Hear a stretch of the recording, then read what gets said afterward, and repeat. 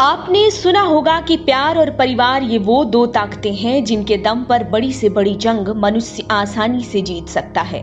लेकिन आज हम आधुनिकता के उस दौर में पहुंच चुके हैं जहां हम दूर दराज बैठे अपने दोस्तों के तो करीब हो गए हैं, लेकिन जो हमारे घर में हैं, हमारे पड़ोस में हैं, उनका हालचाल तक हमें पता नहीं होता।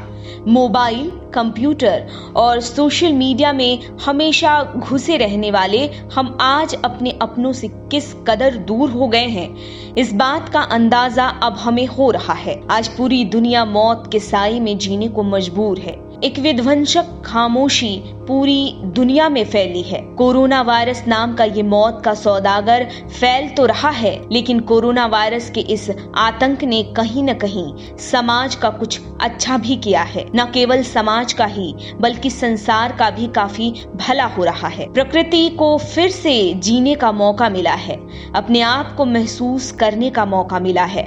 कोरोना ने हमें ये जानने का मौका दिया कि हमारा बचपन कितना खूबसूरत था, लेकिन हमारे बच्चों का बचपन आज हमने किस कदर खराब कर दिया है। आधुनिकता का ये दौर हमारे लिए कितना नुकसान लेकर आया है, हमें लॉकडाउन के इस दौर में पता चला।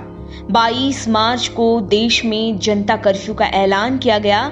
देश की सड़कों पर गाड़ियों की रफ्तार थम गई, हॉर्न का शोर थम गया।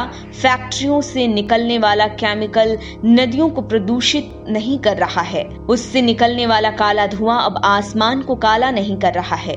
ये सन्नाटा, ये खामोशी है मौत का मात देने की। सबको घर में ही रहने का आदेश दिया गया है।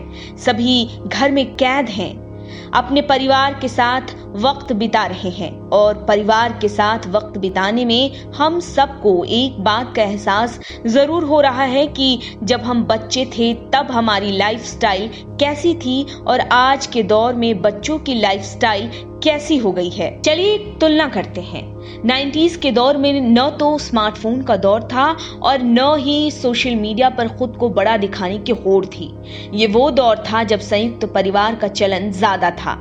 गर्मियों की छुट्टियों में हम अपने गांव जाया करते थे। दादी नानी के घर जाकर उनसे जीवन जीने के नए तरीके सीखते थे। गांव की हरियाली हमें स्वस्थ जीवन जीने के लिए प्रेरित करते थे। घर में एक साथ बैठकर खाना खाते हुए हंसी ठिठोली करते थे। अब स्मार्टफोन के दौर में जानते हैं क्या है हमारी दशा। आज का दौर पूरी तरह से स्मार्टफोन और सोशल मीडिया पर डिपेंड हो गया है। इतना ही नहीं, आज के युवा हो या बड़े, सभी इतने बिजी हो गए हैं कि हम चाह कर भी अपने लोगों को वक्त नहीं देते हैं। एक दिन की छुट्टी तो सभी को मिलती है, लेकिन उस एक दिन में भी हम परिवार के साथ होकर भी उनके नहीं होते, अपने अपने फोन में ही घुसे रहते हैं। बच्चों के भविष्य के लिए जरूरी है कि उनके साथ पेरेंट्स बनकर व्यवहार किया जाए, लेकिन हम क्या सोचते हैं कि उनके हाथ में स्मार्टफोन थमा दिया जाए ताकि वो आपको आपके काम से डिस्टर्ब ना करें। लेकिन ये आपको अपने बच्चों से कितना दूर कर देता है, इस बात का अंदाजा हमें तब होता है जब बड़े होकर वो आपके साथ रहने के बजाय बाहरी दुनिया में रहने लगते हैं। फिर हम उनसे शिकायतें करते हैं कि आखिर वो क्यों हमें अपना वक्त नहीं देते। लेकिन क्या आप एक बार ये सोचते हैं कि जब बच्चों को आपके वक्त की जरूरत थी, क्या आपने उन्हें वो वक्त दिया था?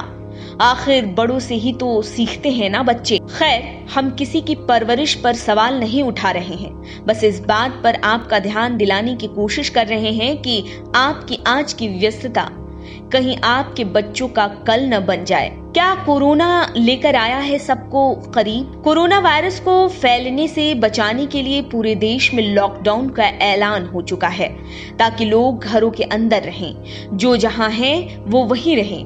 लॉकडाउन के कारण सभी घरों में कैद हो गए हैं। इस कर्फ्यू के दौर में जब हम और आप अपने अपने घरों में रहे तो वक्त बिताने के लिए नए नए तरीकों को अपना रहे हैं। लेकिन इस बंदी में अगर सबसे ज्यादा किसी को फायदा हुआ है तो वो हैं आपके बच्चे। आपको अपने बच्चों के साथ रहने का मौका मिल रहा है। काम से, तनाव से हटकर आप अपने मन को शांत करने के उनके साथ खेल रहे हैं।